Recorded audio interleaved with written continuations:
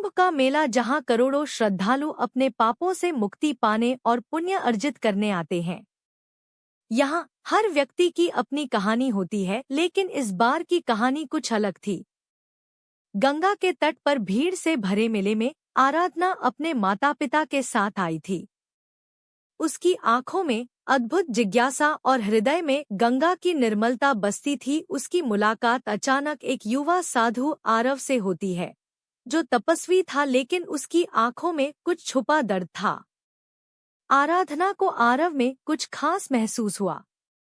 उनकी बातचीत शुरू हुई और धीरे धीरे दोनों के बीच गहरी दोस्ती हो गई।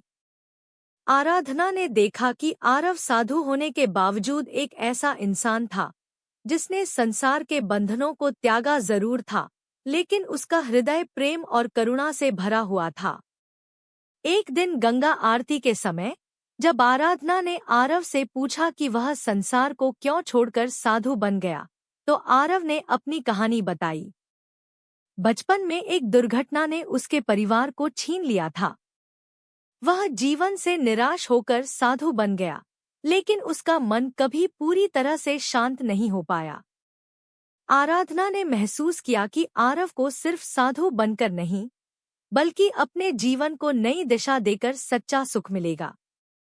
उसने आरव से कहा, तुम्हारे भीतर जीवन की आग अभी बाकी है।